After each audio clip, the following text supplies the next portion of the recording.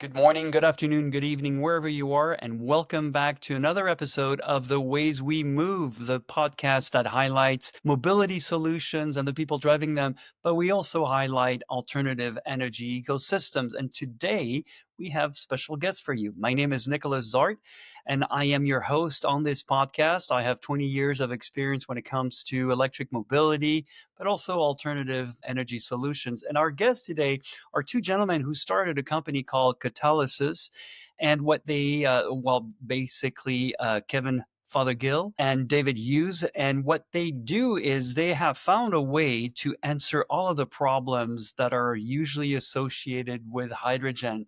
Now, for those of you who know, hydrogen is a wonderful technology, but transporting it is very difficult. And of course, making it locally also requires a certain amount of space. Now, they don't claim to have the solution for everything, but starting from this whole idea of using hydrogen to help mobility become more efficient, they figured out a different way of transporting hydrogen, and that led to a whole new system. I'll give you a hint. It's basically ammonia. So turning hydrogen into ammonia to transport it. It's done all over the world. It's very easy to do.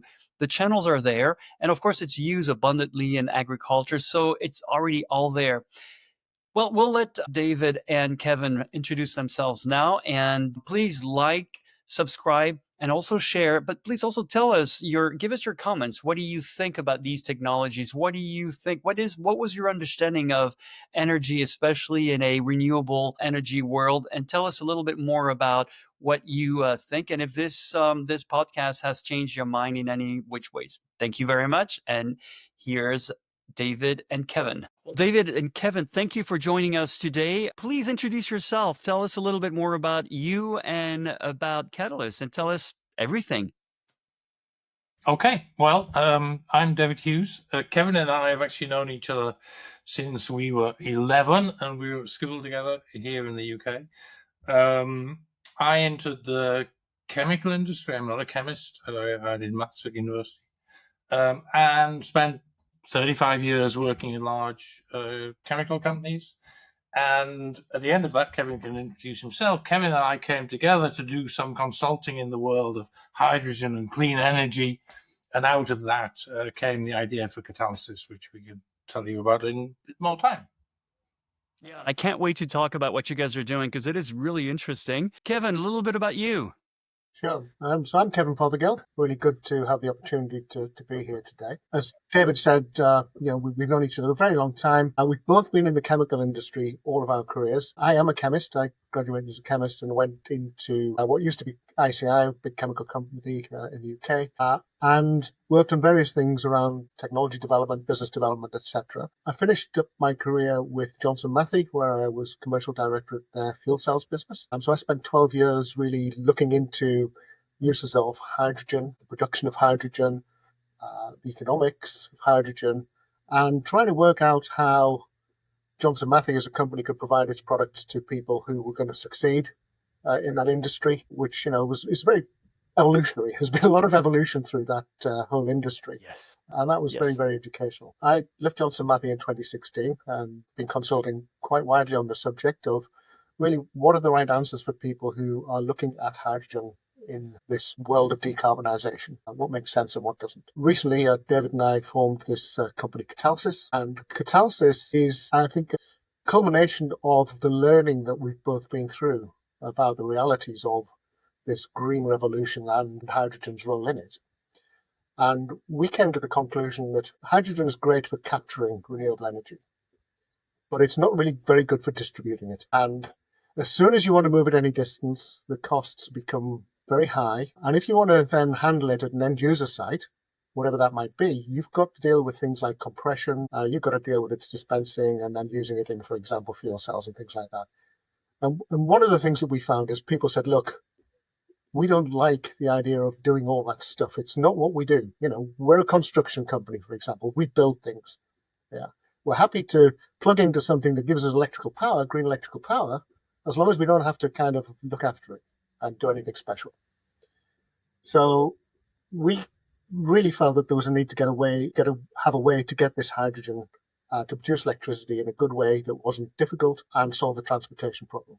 And we became very much aware of the fact that a lot of companies are talking about converting green hydrogen into ammonia, and ammonia could then be shipped very cheaply around the world.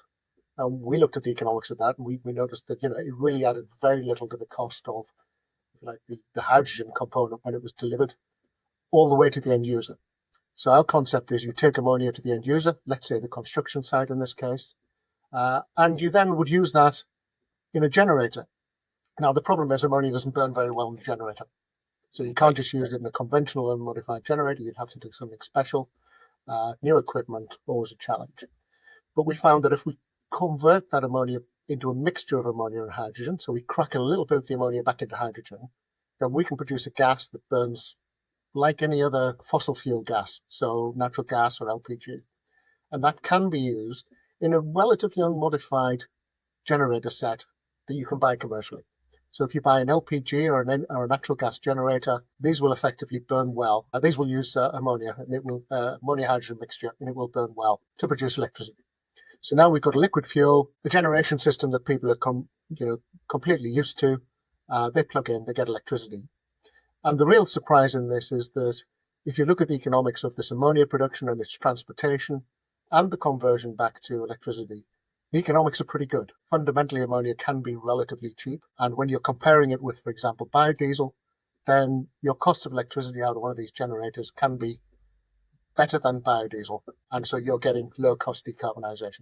Now, people like the construction industry, and I mentioned them a lot, there are others, the construction industry really love this concept.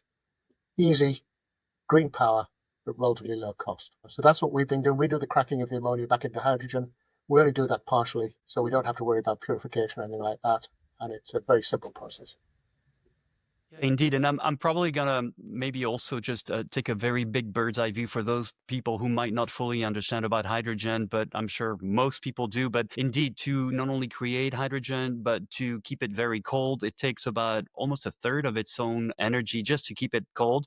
Therefore, shunting it all over the world is just not a great thing, and that's why we still don't have hydrogen cars driving around everywhere. So the solution for most hydrogen companies was to create it locally, but that also means a lot of space. So what you guys have done essentially is to work around the whole transportation problem and also not have to use a lot of space locally. Another thing that you've done, and this is something that we're always doing on the infrastructure side of advanced air mobility, is how do we have enough, how do we create, well, not create, how do we have enough energy at a multi-port so that we can have charging stations and storage, so then we can have also hydrogen for those, aircraft that will require hydrogen, whether through a fuel cell or combustion inside of an internal combustion engine, it doesn't matter. And of course, sustainable aviation fuel. So you seem to have taken that away, because most of our operators, if not all of our operators, are aviation operators, not energy operators. So you've done a really good job. Now, there's one thing that I had heard of a long time ago, is to turn the hydrogen into pellets, but I'm assuming these were ammonia pellets. Have you guys considered going that route too, or is that overkill? We've looked at ammonia stored within the solid as an option for transporting it, handling it. Ammonia is a toxic gas. Okay, so there's always something you have to deal with in these things. Yes, And indeed. although we've been making it and transporting it and handling for about 100 years now, if we can avoid that, then that would be good. And there are some technologies that look promising, but I think they're a bit immature yet. We see an immediate opportunity for using the liquid ammonia as a fuel, as a But carrier. you're right, Nicholas, that so many people need power, right? It's this question of how do they get power? Of course, if the grid is there and the grid is reliable, then use the grid, right? But the grid is limiting so many things, whether that's EV charging, equipment charging, data centers are coming up. Everybody's talking about the power requirements of data centers, for example. But in the aviation world, we see a lot of airports who have enough power for today. But if they want to electrify all the equipment on the airfield, if they want to provide ground power for aircraft when they're parked, if their car hire companies want to offer EV charging for car fleets, if their staff want to bring EVs to work and get them charged, then their existing grid connections are not powerful enough to do that. And that's where having a compact, as you say, space is an issue with a lot of the proposed solutions. having a compact solution that looks like a conventional generator, which people are used to, but is green, then that's a solution that a lot of people seem to be looking for. Yeah, I think you hit it on the nail there. You have an energy density part of the equation that nobody else can really match, and that's something that we need to look into. Like I said, we're even looking into micro nuclear reactors just to have enough energy. And speaking of energy, I don't know if we spoke about this before, but our estimations of, let's say, a multi-port, full-fledged multi-port rolling in about 10 years will require anywhere from 30 to 50 megawatts of power, and that's something that we often talk to utilities, and utilities are always big at saying, oh, we can give you all the energy in the world you want. So then I tell them, I said, well, one aircraft is about 4,000 to 5,000 amps, right? Now imagine 3 of them charging at the same time. Imagine 10 eVTOLs charging at the same time. Imagine 30 drones charging at the same time, and ground crew, and the actual vertiport itself. Now we're looking at 30 to 50 megawatts at 6 o'clock in the afternoon. Can you provide this? We know, of course, that they can't provide the energy nor even transport the energy. So their eyes usually kind of roll up, and it's like, well, you guys need to really do something about beefing up your production and your transmission. So you guys have a pretty good, solid solution when it comes to energy density at the base level. Yeah, that's right. So this is coming into the port as a liquid fuel. I mean, just like jet fuel is, or diesel is brought into the port as a liquid fuel, and bypasses those wire connections, which we're really struggling. I mean, I think eventually in most applications we will get there. The grid will be Of course. strengthened, but it's a mammoth cost and it's a mammoth time, and not everybody can be at the front of the queue. That's no, it's very well said. Actually, another friend of mine, Bob Sharp, have Stacks Technology, and what they do is they burn the hydrocarbon chain from sea vessels down to a crisp, and then he might have this much waste in 6 months. It's not a solution for the rest of our lives, but it's a great stepping stone until we get to that. Another point that you also mentioned is we'll get there, and it's true. High voltage cables that we see everywhere around the world, there hasn't been any innovations in 100 years. And in fact, the last one I heard of was in California not too long ago, where they've achieved 50% weight reduction and also 50% efficiency in transmission. But hey, it's a startup, right? We're not there yet. So in the meantime, we have to find solutions that work.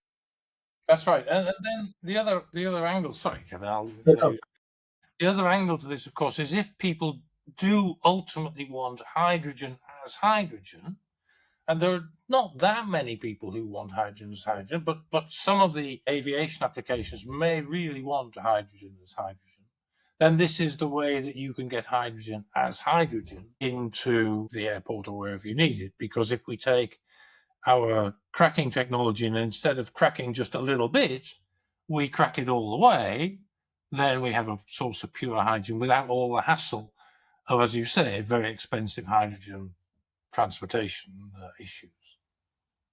and I think one of Yeah, the and biggest things for us was this lack of availability of that grid power is delaying decarbonisation. It absolutely. really is hindering it. People want to decarbonise, but they don't have a choice because they can't get a grid connection with a decarbonised grid. And the other alternatives are too expensive, too inconvenient, and hopefully we make some way towards relieving that problem and accelerating the decarbonisation activity.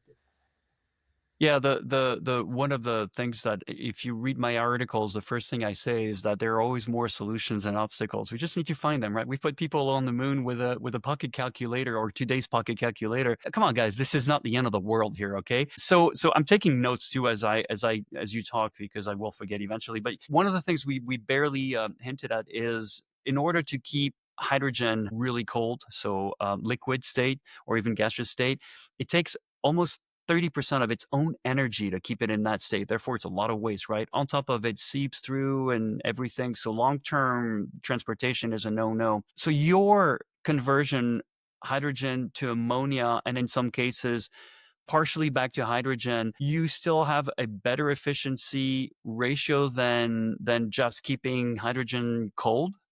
Yeah. And there are a couple of things in that. I mean, firstly, if you look at liquid hydrogen, you look at liquid ammonia, there is, by weight, more hydrogen in liquid ammonia than there is in hydrogen per given volume. So you're actually carrying a more hydrogen-dense liquid than liquid hydrogen. Mm. It can be kept as a liquid just using pressure. You don't have to chill it down. So you just put it in the vessel, seal the vessel, it will stay as liquid, so no further energy required. And we already ship very large quantities of liquid ammonia around the world because, of course, it's the fertilizer that feeds the world. And about 160 million tons a year of fertilizer are used as, of ammonia are used as fertilizer, and millions of tons are shipped around the world already. So we don't need new ships. We don't need all this expensive cryogenic stuff. We can use existing equipment. And that equipment, to say how common it is, it's the same vessels that will carry LPG. They're called dual purpose carriers, ammonia LPG, and they will carry tens of thousands of tons per ship. But yeah, we did a quick thought experiment that said if you needed to move hydrogen more than, let's say, 100 miles, then you would rather take, there is of course cost in converting it to ammonia and converting it back, Of but you would course. rather take that cost of converting it to ammonia and converting it back than move hydrogen 100 miles. So it's a very Right. efficient way. And what it allows you to do is, and we're not really talking about moving at 100 miles, what we want to do is connect the most efficient renewable resources, which are in the sunny parts of the world, and be able to use that, bottle that electricity, if you like, bottle that sunlight in the form of a liquid, ammonia, and move that to the places the power is needed the most. Yeah.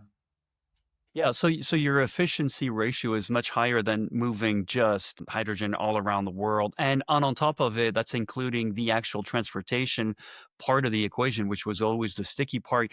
Now, tell me a little bit about, so where do you get your hydrogen originally? And do you want to talk about that? Because I thought that was very interesting. Kevin, do you want to go?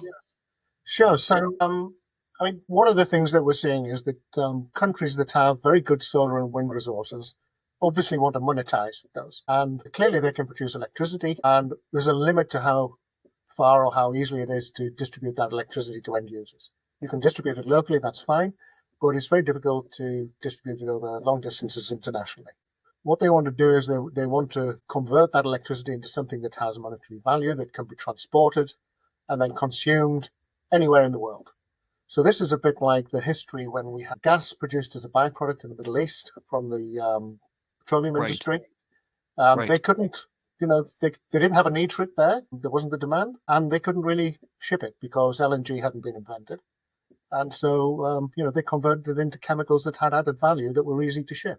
And you see people, for example, in the Middle East, repeating this model. They want to take their natural resources, create them into something that can be then transported and sold, and make money out of what they have. And that, of course, is potentially replacing slowly over time the fossil fuel industry. Yeah. So they have sunshine. They have sunshine, which they can turn into electricity, but they can't move the electricity. They can turn the electricity into hydrogen, electrolyzing water, but they can't move the hydrogen. But they can turn the hydrogen into ammonia, and now you have something which you Nah. can cheaply and efficiently ship. On top of having all the transportation means already, all the routes already there and everything. So yes, Because the absolutely. infrastructure for that exists and the shipping cost is very low. That makes So that enables you to get it out into places in the world which are much higher cost energy worlds, and then you've got a value which you can exploit. Win-win for both sides. Yeah. It's a win-win for all sides. Absolutely. Absolutely. But another thought too is all of those places where they are drilling. I used to live in Long Beach, California, where you had a lot of, what do they call the refineries, right? So it was a scene to be seen at night, right? All of them were burning stacks of, very weird just fumes and fumes of everything. So in this case, I would assume that those petroleum companies out there, especially around the Arabian Peninsula and all around that part of the world, they could actually also use that hydrogen that they get as they refine that petroleum, and that could also be used to turn into ammonia, correct? Yes, and in fact, quite a lot of that conventionally does get done. As Kevin said, there's about 160 million tons of ammonia made in the world, almost all of which goes into fertilizers today. That's what feeds us everywhere around the world. Key thing about this ammonia is that producing that ammonia conventionally produces a lot of CO2.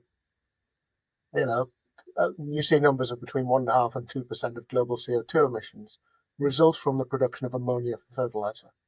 So the ammonia industry, the fertilizer industry, has to decarbonize. And it'll decarbonize by using these renewable resources, produce hydrogen from water, electricity, convert it into green ammonia, ship it around the world. And we take advantage Excellent. of that. But that's going to happen anyway. It has to happen. And fertilizer is a commodity. It has to be available at a reasonable price in order to continue to feed the world in the way it does. And of course, we can use it as a fuel. And that fuel will give some higher added value to the suppliers and the producers. And it sounds like even farming, the agricultural industry could probably even benefit from that. They could actually get a lot of that ammonia, ship it over there, and then either turn it into hydrogen for energy or whatever. Yeah, I so want to get it's already go on. routinely shipped, particularly in the USA. Yes, Ammonia is exactly. routinely used. In the rest of the world, we tend to use it in some other form, some solid form as fertilizer. But in the US, ammonia is used as neat ammonia put onto the fields. Interesting. Again, all of the infrastructure exists to do. So going back to the idea of using ammonia into generators, which of course ammonia doesn't burn really well. It's not a perfect energy source. So you transfer some of it into hydrogen and then you mix it into a generator, and any kind of LPG, LNG generator can turn that, right? Yeah, exactly. Exactly. What are the benefits also environmentally? Because I remember seeing something one day that really got me puzzled, and I thought, well, we need to do something like that. It was a car that had a little hydrogen tank, I guess, and they could more or less turn it on and off. But they said that when they turned it on fully, there was almost nothing that came out of the tailpipe, which led me to understand, I guess it just burns the whole hydrocarbon chain. Is that something that you guys are doing on your side too? Yeah. So the key thing, the fuel itself has no carbon in it. Okay. So ammonia has no carbon; it's nitrogen and hydrogen. Okay, that's Yep, that's true. all it is, right? And in fact, it's making ammonia. You take nitrogen out of the air, you make your hydrogen from the electrolysis of water, you combine them. Boom. We simply do the reverse of that, and we have a mixture then that is ammonia and hydrogen.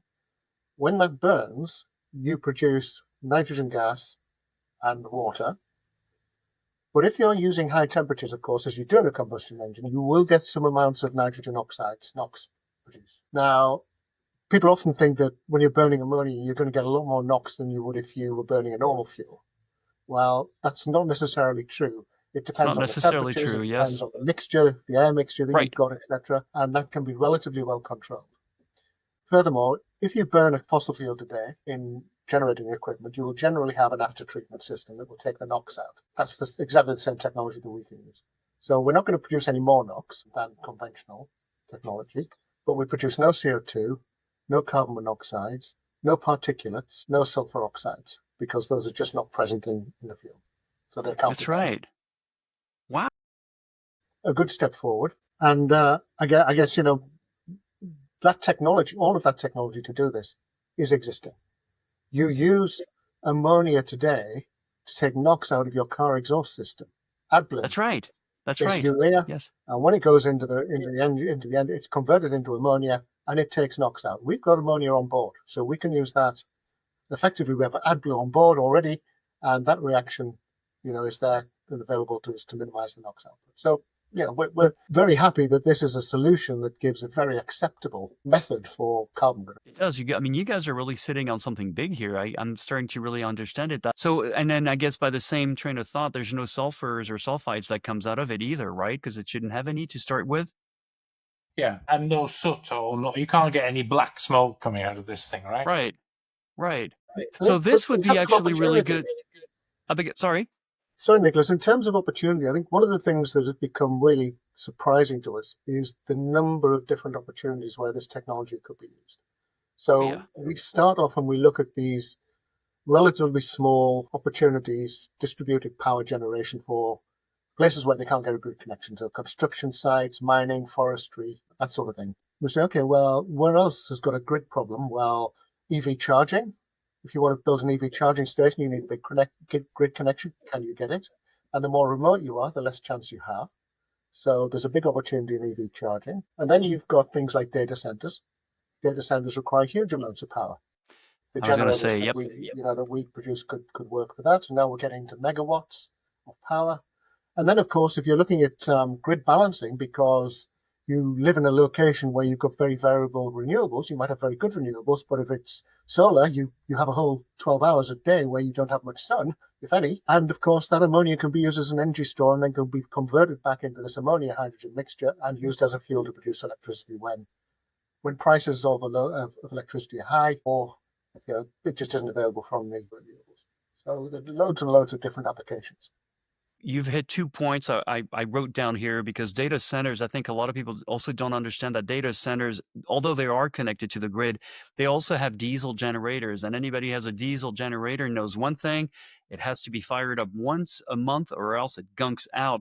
So in some parts of Montana, people are complaining because they see black plumes of smoke everywhere. But imagine now using your ammonia, well, you wouldn't have that problem You don't anymore, need to run it up.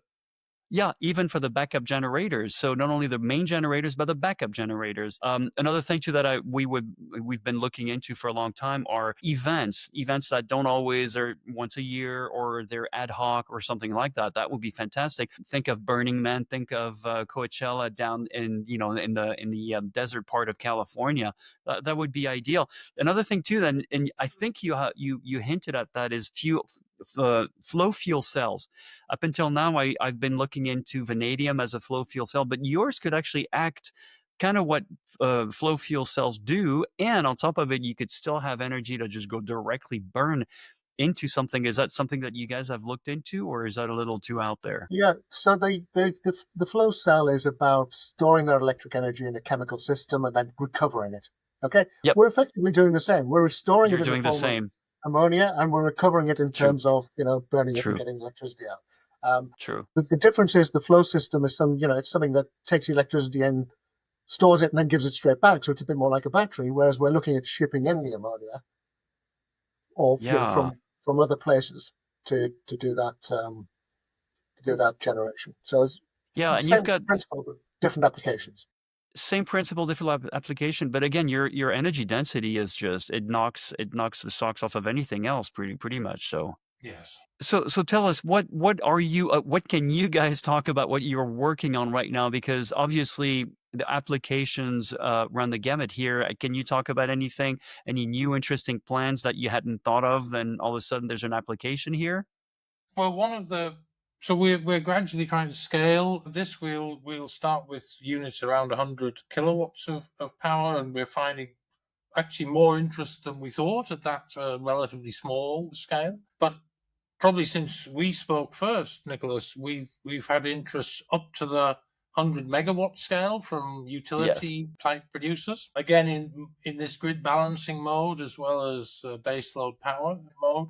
So, Yes. I mean, we're some little way from getting to 100 megawatts, but that's kind of where we want to be. So we see a path to sort of half a megawatt. I think you were saying, an airport might need 30 megawatts. That's, in the range.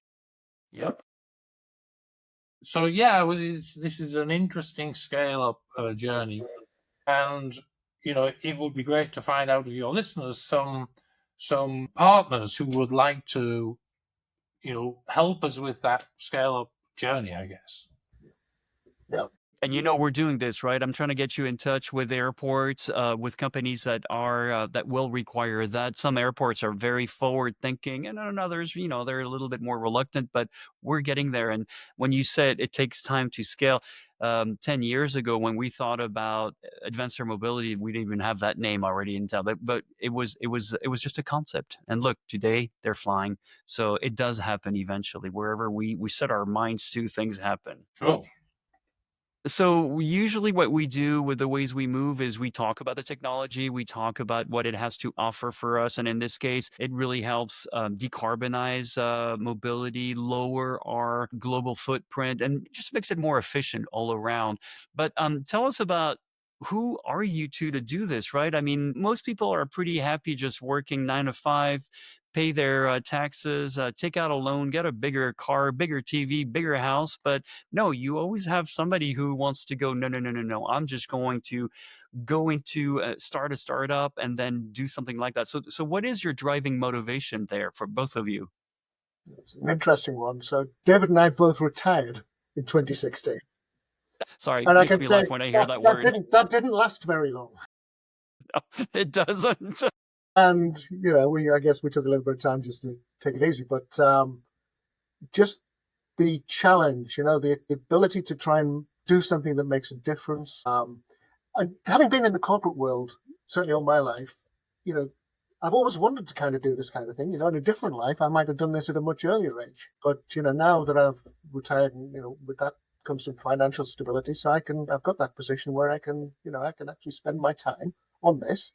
I don't need to take a salary from it until it gets successful. And then, maybe there'll be some returns. But it's absolutely about the journey, the achievement of getting forward with a new technology, getting people to understand it, getting people to accept it, and then we're going to get into the business part where we start selling these things. That's, for me, is just what it's all about.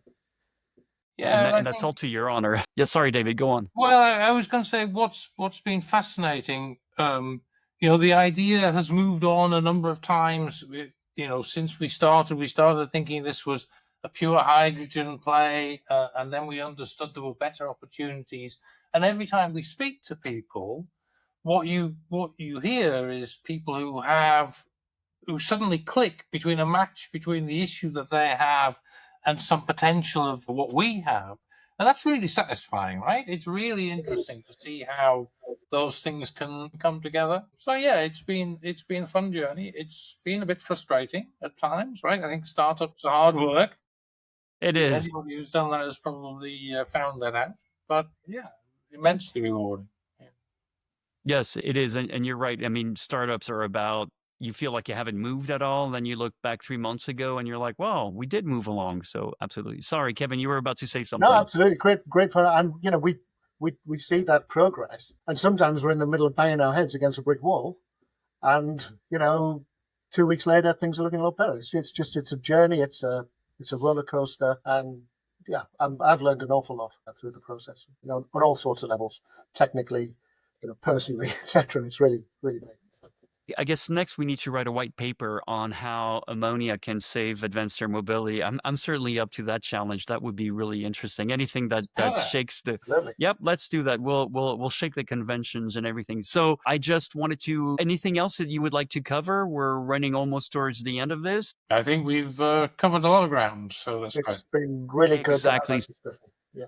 Absolutely. No, it is my pleasure. I'm always happy to have anybody who works towards innovative solutions for our mobility needs, our energy needs. Just want to ask our listeners and readers if this has sparked an interest in you, if you already had an idea of how the hydrogen works. How do you see now ammonia as being a great alternative? Maybe not even an alternative, but I don't even know what we can call it, just a better way of transporting it around the world. If you've liked this podcast, please like and subscribe, but also write your comments. Has this changed your way of how you understand advanced air mobility, how you understand sustainable energies, alternative, renewable energies, whatever the word of the jour, of the of the fashionable word is these days? And then we'd love to hear your thoughts on everything. We're also inviting David and Kevin to come back anytime because we really would like to hear how you guys are doing and where you guys are doing. And I'm certainly looking forward to, thinking about a white paper on this. This would be a really good thing to do.